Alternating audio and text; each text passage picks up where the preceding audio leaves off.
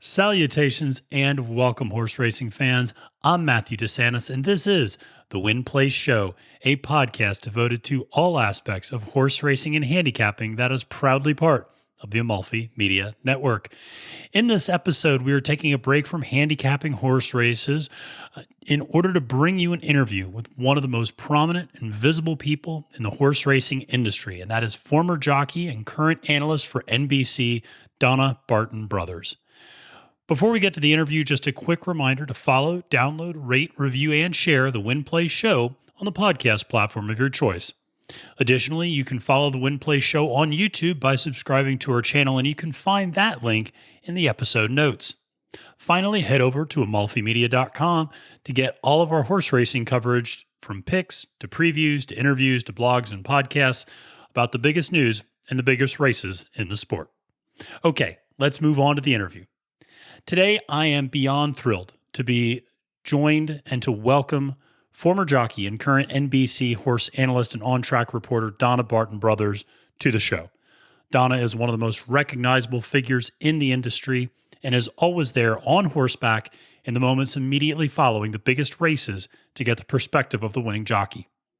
Donna grew up in a horse racing family in Alamogordo, New Mexico, and broke into the ranks of jockeying as a young woman. Over her career, she amassed 1,130 victories and still ranks fourth in the all-time winnings list for female jockeys, despite retiring over 2 decades ago. After retiring, she became an on-air analyst at Churchill Downs and eventually moved into her current position at NBC, where she covers the Triple Crown and Breeders' Cup races. She has covered 21 consecutive Kentucky Derbies and was named the Sideline Reporter of the Year by Sports Illustrated in 2014. Donna is also the author of the book titled Inside Track, Insider's Guide to Horse Racing. In today's interview, I talk with Donna about her family background in racing, her experience breaking into the sport, her most memorable moments from her time as a jockey and analyst, and so much more. So sit back, relax, and enjoy my interview with Donna Barton Brothers.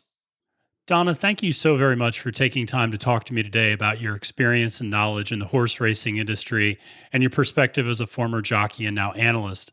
I typically start with asking guests when they first got introduced to horse racing or horses in general, but in your case, you were born into it, with your mother, Patty Barton, being one of the very first licensed female jockeys in the United States.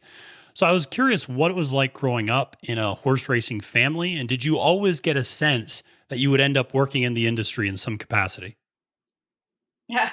Well, what it was like growing up in a horse racing family was just mundane for me, right? Because it was all I knew. So I didn't really think much about it.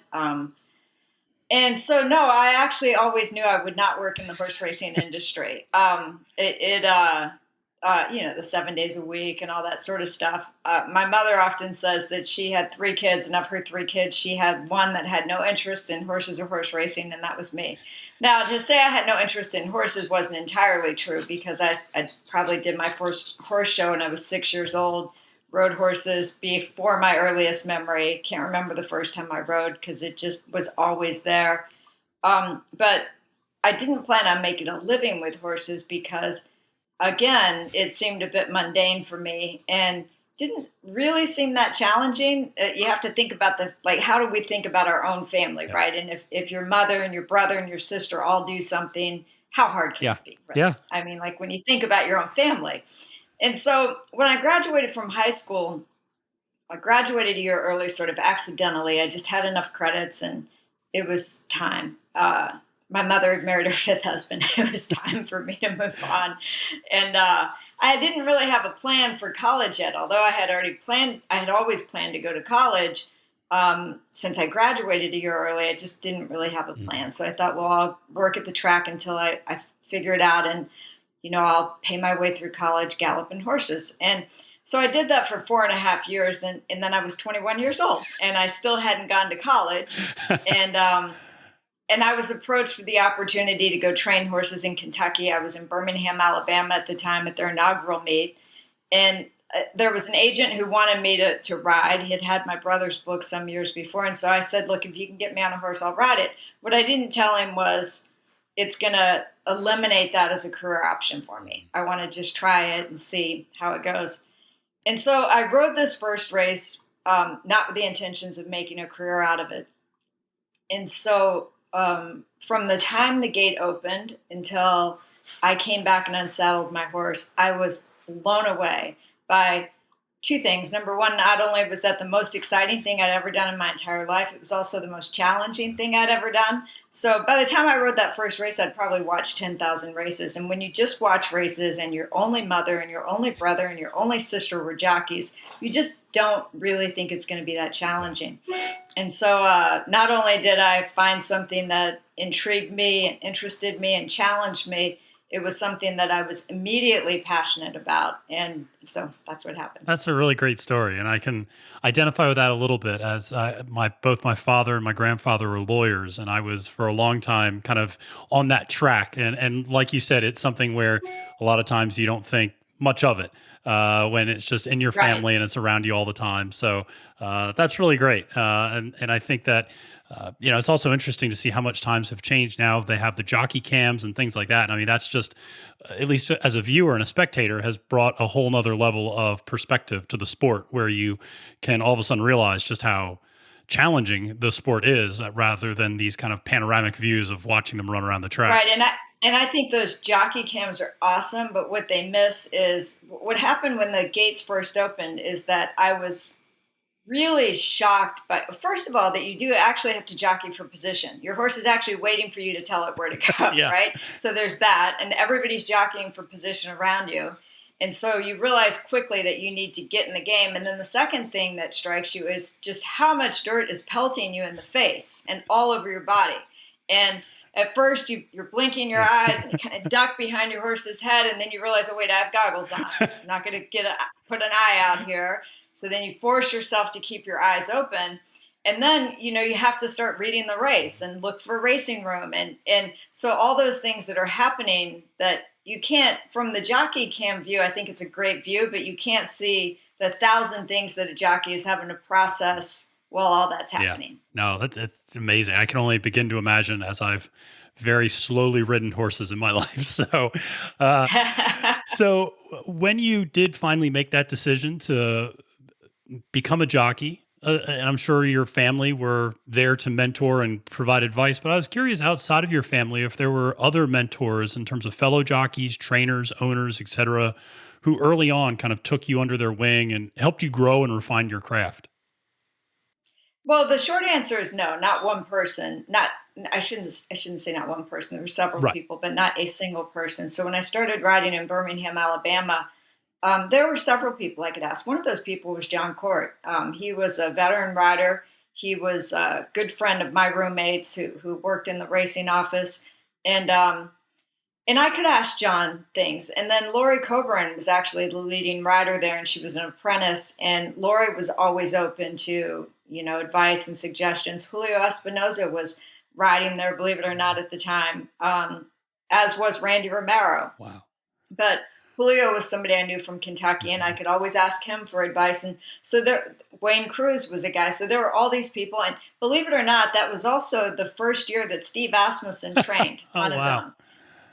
And he was one of the people I rode for. And in fact, when I first got there, I was galloping horses for a guy named Danny Schweitzer, and we were in the same barn with Steve. And so we were the same age and got to be friends. We hung out with all the same people. And I rode for Steve, and Steve offered all kinds of advice, sometimes more advice than I wanted and more than I could process, but it was always good advice.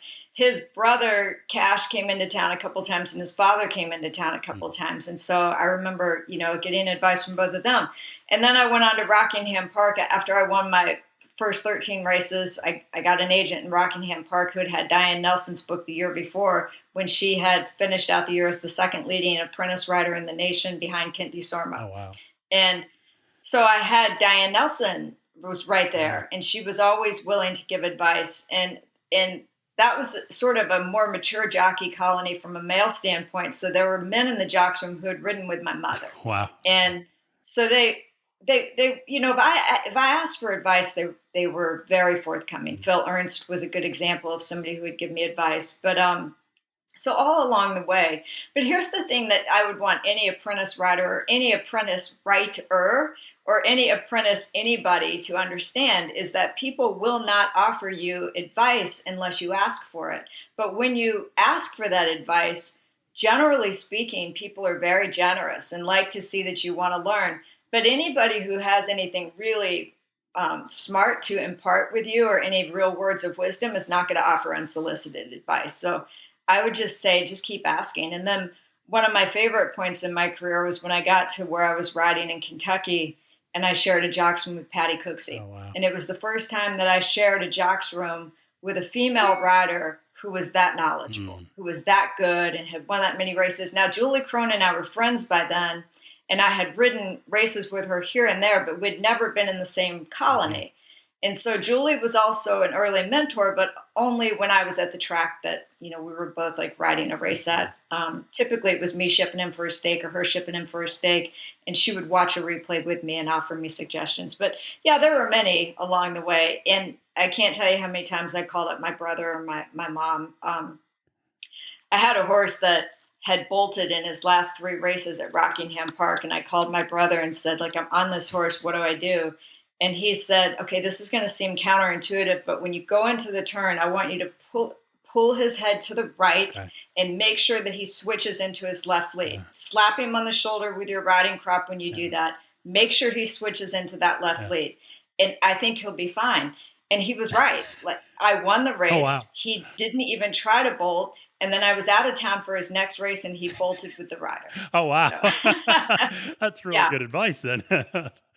So, well, that goes a little bit to a question that I also had for you, which you, I think, alluded to. And I was always curious about the camaraderie among jockeys, given that everyone is inherently a competitor on a certain level, but also the nature of the sport is it can be quite dangerous. And obviously you are putting your well-being in the hands of other people, and everybody, as you were mentioning earlier, you're jockeying for position. It's very close quarters. And I'd imagine that forms a tight bond. So I was curious, what are the relationships like in the jockey room with one another? And is that something that changes over time? Is that something that changes by colony? I'm just always interested in that.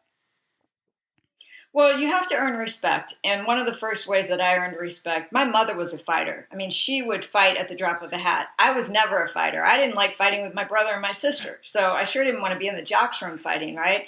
And so one of the very first tools that I utilized was psychological. And so if a jockey would come back to me and yell at me that I had done something wrong, I would sincerely say, would you mind watching the replay with me to show me what I did wrong?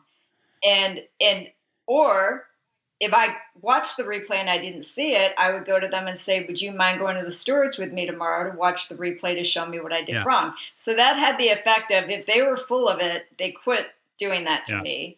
And 2, if they were sincere, they knew I sincerely wanted to learn. And so they would help me. But there were times when I had to earn respect. There was a rider I was riding with in Oklahoma. I'll just tell you his name. His name was Kent Coyle. And every time he would go by me, he would shave me off. He had been a quarter horse rider. And so, you know what I mean? Just like cutting it a little close every time he went by. And finally, one day I just had enough of it. And I said, Kent, from now on, every time I go by you in a race, I'm going to shave you off. And he was like, excuse me? And I said, you know what I'm talking about. I'm sick of it. And I've told you about it a couple of times already. You know I'm there. It's not like you don't see me when you pass me. Just know from now on, every time I pass you, I'm shaving you off. And I did that about 3 times in a row, and it completely stopped. And then Kent at one point had a horse inside of me going into the first turn who was trying to bolt with him. And he was like, Donna, I really need help here. This horse is trying to bolt, I swear. And so, but normally he wouldn't have done that. He would have just run into me, right? And so our relationship completely changed. So really, communication is the key. But at the end of the day, it's a dangerous sport. And so it's just like if you're in almost a car accident, right? The very first thing you do is, and then the second thing you do is get mad, right? Like you're just really angry. But usually that person is in a car pretty far away from you, and there's really nothing that you can do. You can have road rage if you want, but it's futile. But when you're in the jocks in a race, and after the race, it's very natural for a jockey to be like, what the were you thinking? Right. Like, and I think people get that. All the jockeys get that. I mean, when you feel like your life is in danger, you become Sure. angry. And then once you go back and watch the replay and you see what happened, and sometimes it's that somebody came over on them, Yeah. right? And so they couldn't, they had nowhere to Yeah. go. And so there's usually a pretty logical reason for it. There's not too many riders that are just dangerous riders. And when they are, you've seen those suspensions that last for 10 days and then 20 days and then 60 Yeah. days. Yeah. It just keeps going up. Yeah. So, Yeah. so one of the things that I was fascinated in is your partnership with Hall of Fame trainer Dwayne Lucas over the years. And I'm curious what goes into developing a really strong jockey trainer partnership. We see a lot of high profile partnerships right now, such as Chad Brown and with the Ortiz brothers, or even, as you mentioned, Steve Asmussen earlier with Ricardo Santana Jr. And I'm just curious kind of what those partnerships typically come down to. Is it all wins or losses? Is it about trusting a jockey's style? Is it a combination of factors? Kind of what goes into forging those kind of iconic partnerships where a trainer just really trusts a certain jockey with their horses?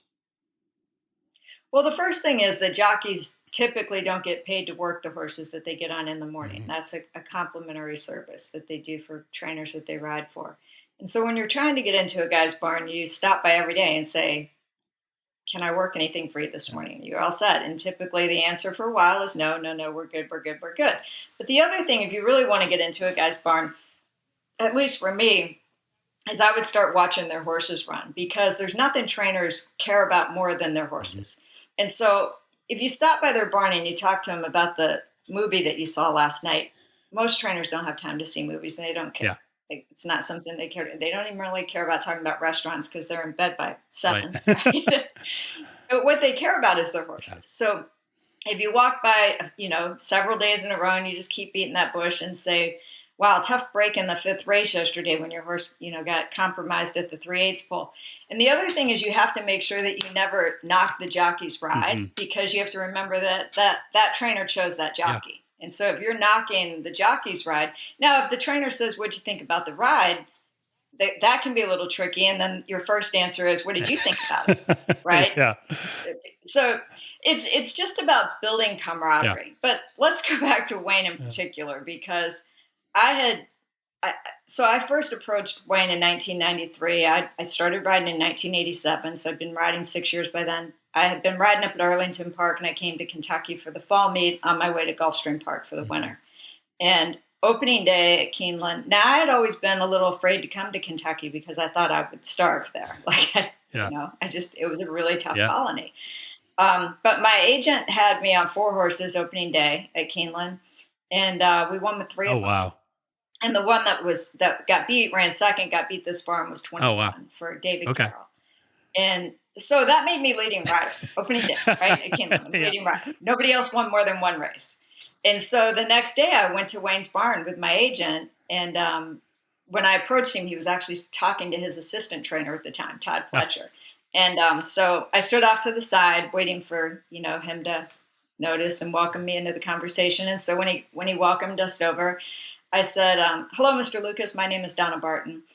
I said, I won 3 races here yesterday, and I know you always like to ride the hot hand, and right now I'm the hot hand, so I was pretty sure you were going to want to meet me.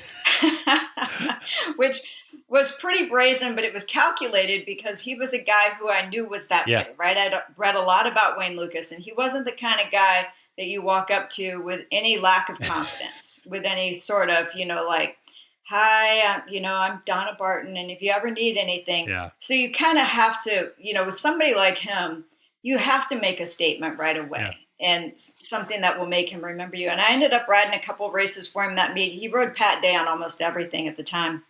And it was one day when Pat was out of town, and I rode 2 horses for him on the same day. They both ran 4th. And he told me, he said, good job. You were overriding just a little bit, but good Yeah. job other than that. But ultimately what happened was, I went to Gulfstream Park for the winter.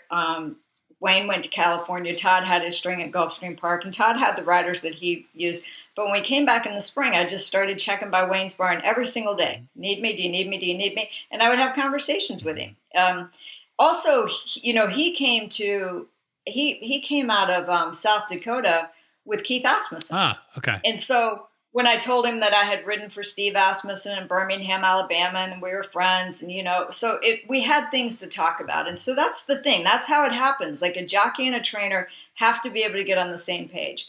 And again, you're going to have better luck by talking about that trainer's horses so that they can talk about it than you're going to have by talking about the Yeah. movies. Yeah.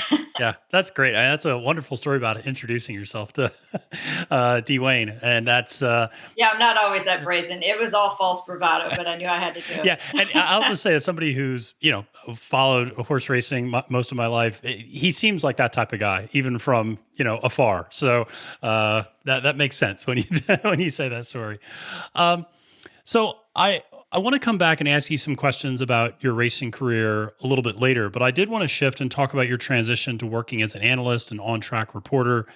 And I was curious whether or not that was something that you were contemplating doing as you were thinking about retirement, and whether or not that was ever kind of in the cards or something that just kind of came about naturally after you retired from jockeying. Yeah, sure. I was open to it. When I retired from riding, and I announced my retirement in September of 1998, and also my engagement at the same time. And Frankie and I got married in November of 1998. And honestly, like my primary objective was to live happily ever after with Frank Brothers, and be open to anything else that came along. And so we were headed to the fairgrounds for the winter with his horses. And Brian Krantz, who owned the fairgrounds at the time, reached out to me and asked me if I wanted to interview the winning connections after the stakes races, really just for their in-house sort of, in their weekend recap shows and all that. And I thought that was a good Yeah. opportunity, a good way to sort of get into it. But one of the very first things you asked me about the segue was that I thought, well, how hard can it be? I've been interviewed 1,000 times, right? I was a successful jockey. So turns out you actually have to ask questions when you're an interviewer, like you're doing Yeah. now, right? You don't just get to answer questions. And I didn't really have any questions at first. I was like, well, what do you want me to ask the jockey? Like, when did you think you had the race won? I could tell at the quarter pole that he was going to win. I mean, he won by a pole, right?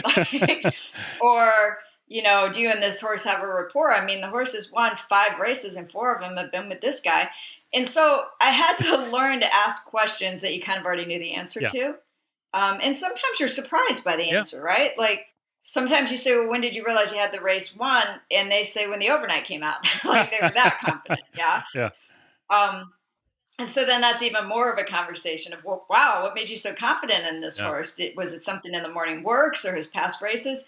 So I had to learn how to ask questions Mhm. first. That was the very first thing. And then at the end of that meet, we went back to Churchill Downs for the spring, and John Asher had been promoted from, I'm not sure what all his titles were, but he was the paddock horse racing analyst, and he did that with Mike Battaglia, Mhm. who was in the studio there at Churchill Downs.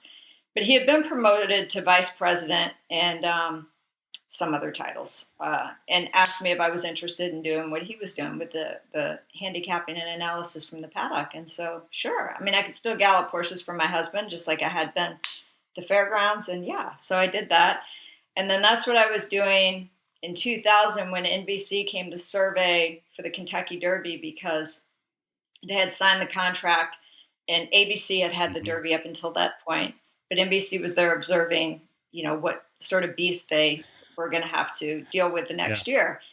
And unbeknownst to me, they were looking for a on horseback reporter. Greg McCarran had been doing that at the time, but Greg McCarran had transitioned from being a jockey to a trainer, Mhm. and he was sort of doing that as a favor to NBC because they needed somebody, and his heart wasn't really in that. His heart was in Yeah. training horses, and so they were looking for somebody whose heart would be in it. And so they approached me that week when they were there and asked me if I wanted to join their broadcast team. Now, as far as giving me any sort of an idea of like questions to ask or anything, no. So my very first show with NBC was the 2000 Breeders' Cup, which was at Churchill Wow. Downs. And, um, I was pretty excited. I don't know if you remember, but back then, Blood Horse used to always do a, what did they call it? A Mm. critique of any of the broadcasts. So whether it was ESPN or NBC or whoever had the broadcast on, Blood Horse would do it. Usually Lenny Schulman would do it. And so when the Blood Horse came about a week after Breeders' Cup, I was super excited to get the Blood Horse and read my glowing review from the writer. Yeah. At the time, I didn't know Lenny Schulman's name. I wasn't that into like who writes what, but I learned. And so the only thing that Lenny Schulman said in reference to me was, I don't understand why NBC continues to persist with these fluff interviews from horseback directly after the race. Never mentioned my name. And so I thought, wow, that was harsh. But then I was like, well, were they fluff interviews, right? And so I went back and I watched the replay, and what I realized is that I didn't ask a single question of any of the jockeys that I couldn't have asked of any other jockey in that race or any other jockey on the card that day.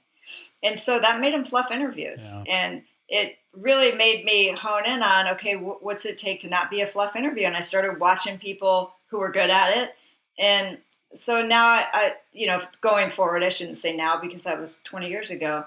But what I try to do is make sure that each individual knows that I see them and that horse and those connections and that win in this race as an individual thing. It's going to mean something different to every jockey who wins it, either because of the connections or because of the stage that they're in their career. And I want to make sure that I focus on that. And so it really improved what I do, but it was not an easy transition. Yeah, no, I can only begin to imagine. I will say in my other life, I was a political science professor for a long stretch of time, and I'm pretty used to standing in front of people and talking and things like that. It comes naturally. And I started doing a podcast about a year ago, and man alive, that was a completely different beast. I was like, oh, it's a whole different thing to lecture than it is to question, right? Exactly. It really is. And it's more about listening, and it's about reacting, and not so much me filling up the room with my point of view or my thoughts and content. So,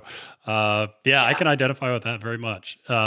So to the point you just made, when you're covering these huge races, and the Breeders' Cup is obviously coming up, I'm curious how you start preparation for these types of events. I mean, obviously you're following horse racing all the time, but I'm curious if there's a process you go through to start talking to different trainers or owners or jockeys and the connections with the horses that are in the different races, or if it's just a continuous job that never really ever stops. I just didn't know if there's any kind of a special prep for something like the Breeders'. Bingo, that one. Okay. So people ask me when I start preparing for the Derby, and I say pretty much in August of the 2-year-old year, when they start running in the stakes races in Saratoga and Del Mar, you really start. I mean, really, it goes back to the Breeders' Cup Juvenile. Mm-hmm.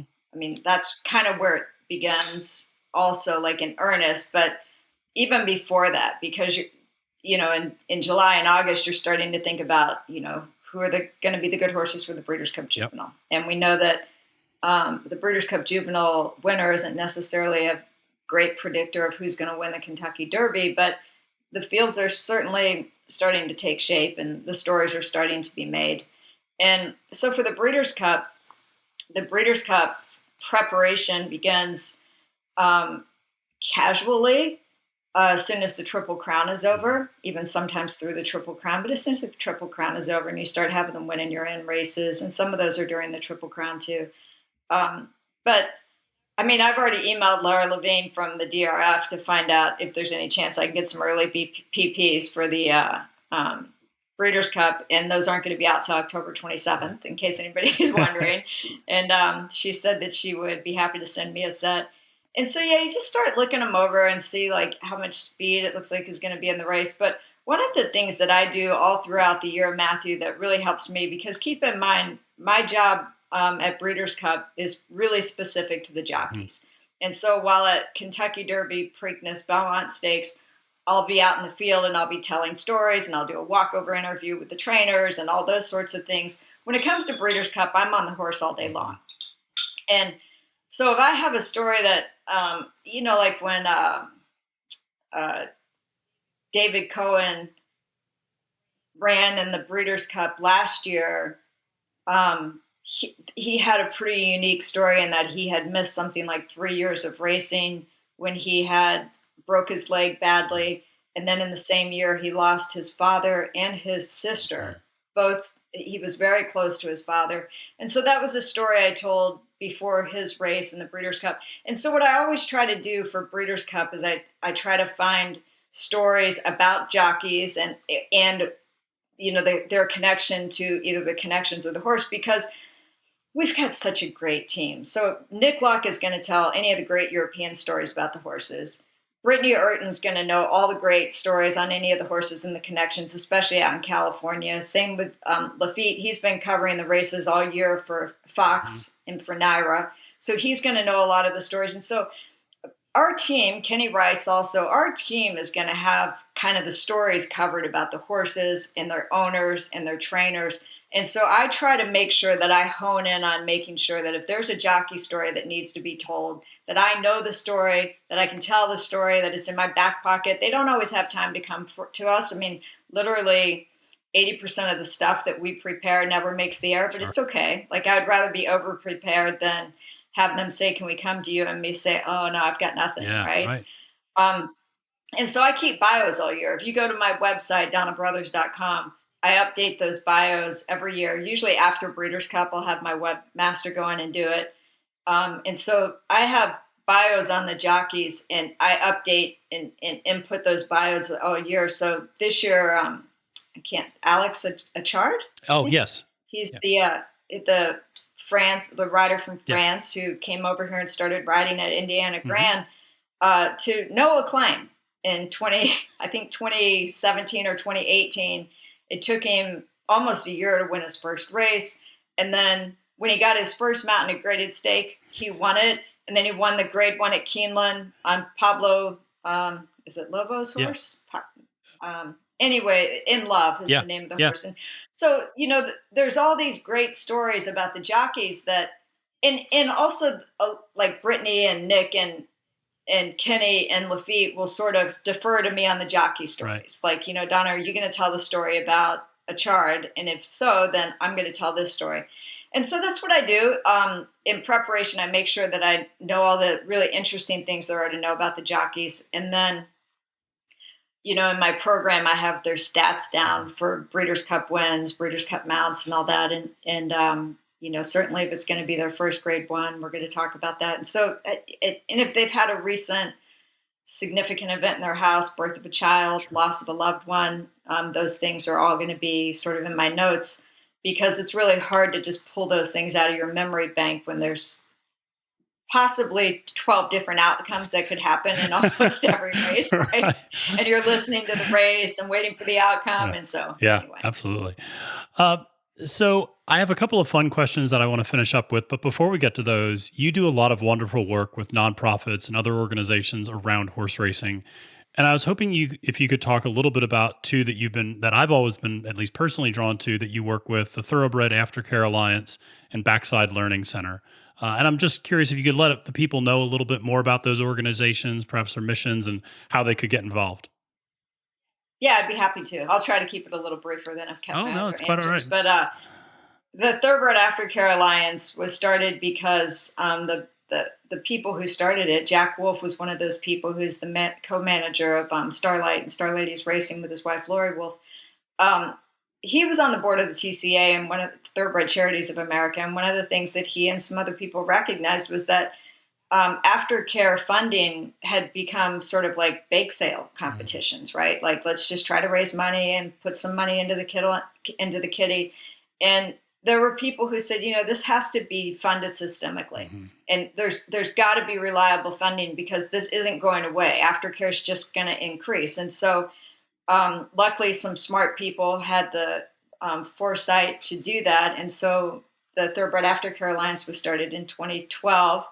And what it does is it does two things. The two primary missions that it has is it's a fundraising body for Thoroughbred Aftercare organizations. And importantly, it accredits Thoroughbred Aftercare organizations, because before the TAA, if you wanted to support the aftercare of horses, you either had to go inspect these facilities yourself, which was probably not going to be feasible, or you just had to take somebody's word for it, or you had to know the people, really well and trust them. But it was really hard to know that your dollars were going for the thoroughbred aftercare. Like maybe they're going to build a new barn and that's not why I donated, or maybe they're going to buy somebody a new car. Like, Yeah. just didn't really know. So the Thoroughbred Aftercare Alliance allows you to know that if you are donating to an aftercare facility and it is TAA accredited, then they are doing everything that they're supposed to be doing, and the money's going to where the money's supposed to be going. And as far as the Backside Learning Center goes, it really started in 2007 because there was, at Churchill Downs, there was a huge gap between the Spanish-speaking community and the English-speaking community. Mm-hmm. And it really started as English second language and Spanish second language. That was the primary goal, is to teach people to speak each other's language.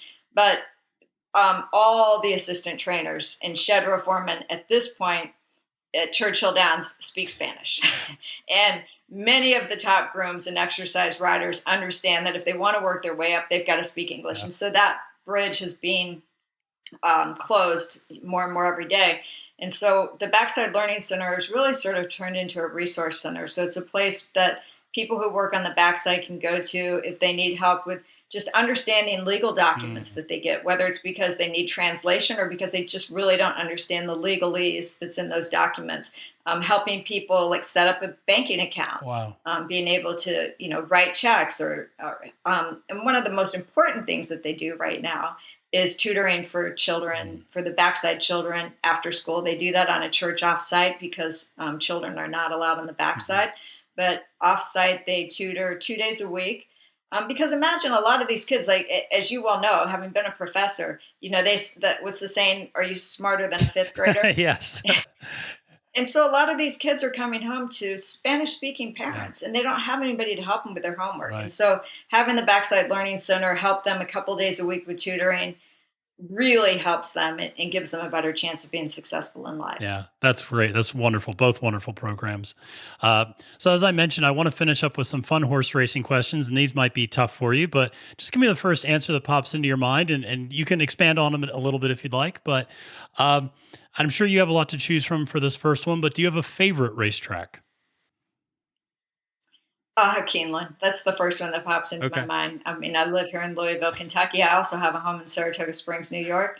But Keeneland is it's got everything. It's got the tradition and the history, and then it's got the youth from the University of Kentucky, so it's got that youthful exuberance. Saratoga has a lot of those things too, but I've just known and been around Keeneland longer, and it is in bluegrass country with all the farms around it. Yeah. And so it would be those two, though, Keeneland and Saratoga. So is there a track that you've always wanted to visit, but you've not yet managed to get to? Ascot. I'd really love to go for Royal Ascot. And one day I will, but it just hasn't worked out yet. It's usually about a week after the Belmont Stakes. And so it's something I'm really going to have to plan ahead for and start planning long before the Derby. And I just haven't done it yet, but I will one day. That's great. I'm curious, from your time as a jockey, did you have a favorite horse that you rode? Maybe not the best horse, but a favorite horse that you rode. Yeah, there were quite a few. I mean, I could name a few. Country Cat's the only one really hanging on my wall here, and I'm sure you've never heard of her. She's a filly I won the Gardenia Stakes on for Wayne Lucas at Ellis Park, and won a couple stakes on her. And I had a lot of reasons for her being one of my favorites, but one of them was just because she was by Stormcat and she was super finicky. And so she was not easy to get along with for most people, but she and I just clicked. But Last Pan, Lord Carson, Hennessy, Serena Song, a filly that I rode, won several stakes on in Minnesota named Hoist Her Flag. There's Tracy's Rock that I won several stakes on in Oklahoma, Hawaiian Retort. Those were both Steve Asmussen horses. There's a lot. Yeah, that's great. It is nice when you click with another horse sometimes like that. It's kind of your special bond because nobody else can really get along with them. Yeah. So this might be a tough one for you, but what was the most exciting moment or win in your racing career? That one also is going to be a multiple answer, because my most exciting one was my first one. Oh yeah. And then my next most exciting one was my first stakes win. And then my first graded stakes win. And then like my first stakes win for D. Wayne Lucas, right? Yeah. And so it was always just like, once you've done that, then there's that. But it can't take away from the excitement of that first win or that first stakes win. I mean, they all are so meaningful. Yeah. Yeah.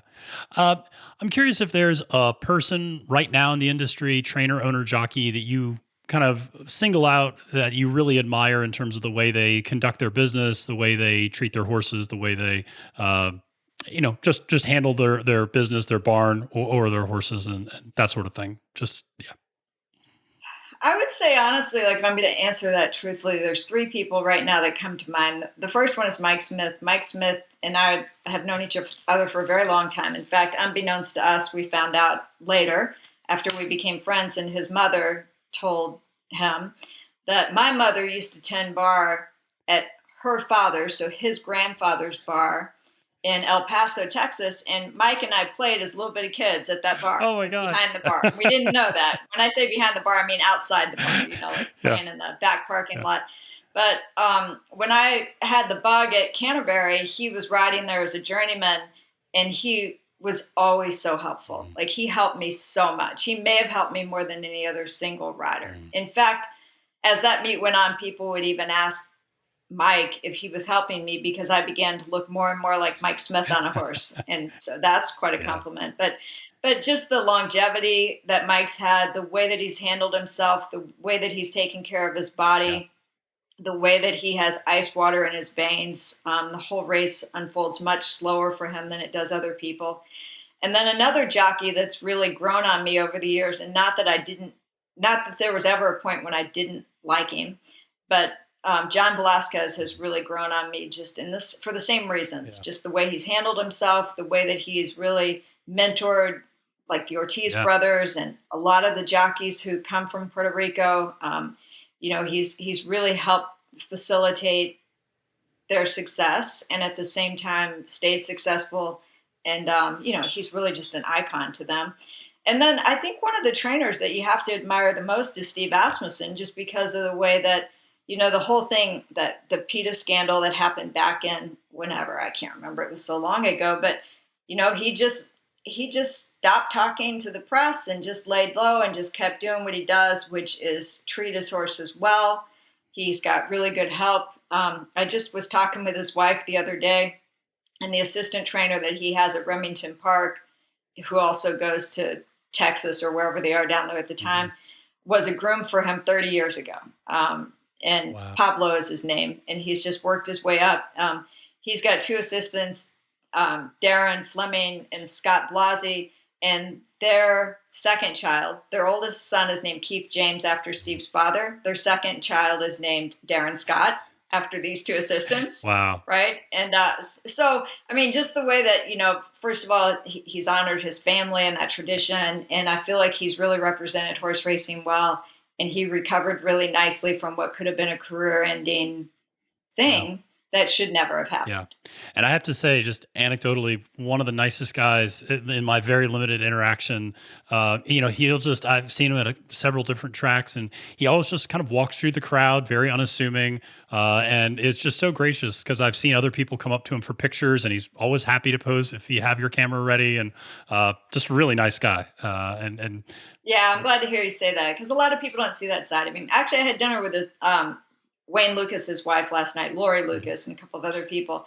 And one of the stories that Lori had told me a couple of dinners back was that when Wayne wrote his book and his book was out, he did a signing over at the Kentucky Derby Museum, and Steve showed up and got in the line with all the fans to have the book signed. And somebody went back there and said, Steve, Wayne wants you to come up to the front of the line. And he said, no, thank you. I will wait. that's great. So he waited in that line, and I'm going to get choked up saying this, but by the time he got to Wayne, he had tears in his eyes and just said, I just want you to know how much you've meant to me, my family, and to the industry. And so he has a real reverence. Yeah, that's really wonderful to hear. So I'm curious because I have an answer, but this is about you, and so I'm curious what your most memorable post-race interview that you conducted with a jockey was. Well, there's a couple. I really loved my interview with Mike Smith after he won the Triple Crown on Justified. Yeah. And one of the reasons is because the third question I asked him was, you told me some months back that when you were inducted into the Hall of Fame, that you didn't feel like you had accomplished enough yet, that you didn't feel like you belonged. Do you feel like you belong now? Yeah. And he looked at me and paused and he said, yeah, yeah, I do feel like I belong. And, I felt like that really sort of like it was a moment where you saw Mike Smith Yeah. process, I've Yeah. arrived, Yeah. and I belong. But also Calvin Burrell. I mean, how can you not love That was Calvin my Burrell answer. when he Okay. won his yeah, when he won his first Kentucky Derby on uh, the horse of Street Yeah. Sense, the horse because he also won on Super Saver. Yes. So the two SSs. So when he won on Street Sense for Carl Nasker, he was just so Yeah. emotional. And Calvin doesn't know how to be anything but just his raw emotions. And Yeah.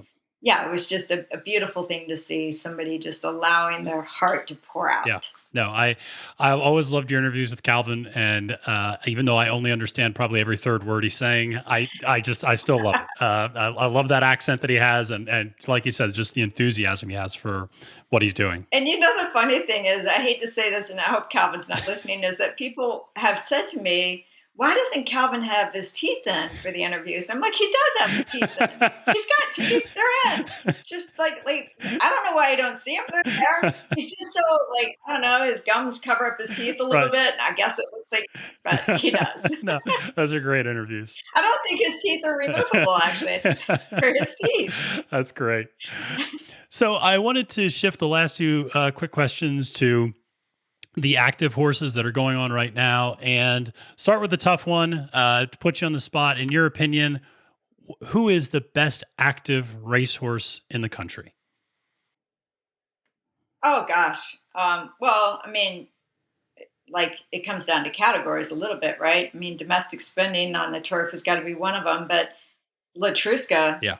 she I don't see anybody beating her in the distaff. That's going to be pretty tricky. I mean, Malathot and She Dares the Devil are going to certainly give her a run for their money, but she's just been so dominant. But then when you get to the boys, I mean, the Breeders' Cup Classic, that's going to be interesting how that shapes up because you've got Nixco and Medina Spirit who say they don't have to be on the lead, but have they been anywhere else this year when they've Right. won, right? Right. And then you've got, I mean, usually for the Breeders' Cup Classic, we have the 3-year-olds going up against the older horses for the first time, but we saw what Medina Spirit did in the Awesome Again Stakes where he devastated older company. And so it kind of makes you wonder what's going to happen with Essential Quality laying back there in a beautiful catbird stocking position. Mhm. If those two hook up like it looks like they're going to hook up. And then you've got the 2-year-olds. You've got Baffert on the West Coast with the horse that starts with C. Oh, I can't Corniche. think of his Yeah, name. Corniche. Yeah, Corniche. And then what's his name? Jack Christopher. Yeah. That Chad Brown's. Chad Brown's horse, and then Kenny McPeak's horse that rolling Rattle and Roll. something. Yeah. Rattle and Roll that won over at Keeneland. So I don't know. I don't think I'd be able to say the best horse in the country, but I will say that in the NTRA poll for the last 10 weeks, I just keep saying Nix go, Nix go, Nix go. And that's only because he's won grade 1 stakes against males in older competition, and he's done it time and again. Yep. But does that mean that Essential Quality can't beat him in the Classic? No. Yeah. No, and I like Nixco and Who do you think is the best horse? I go to your first answer. I like Latruska a lot. I mean, that's she's just the run she's on right now is just absolutely incredible, and I really like horses like her and Nixco who just say, I'm going as fast as I want, and if you can catch me, good for you. But let's see what we can do.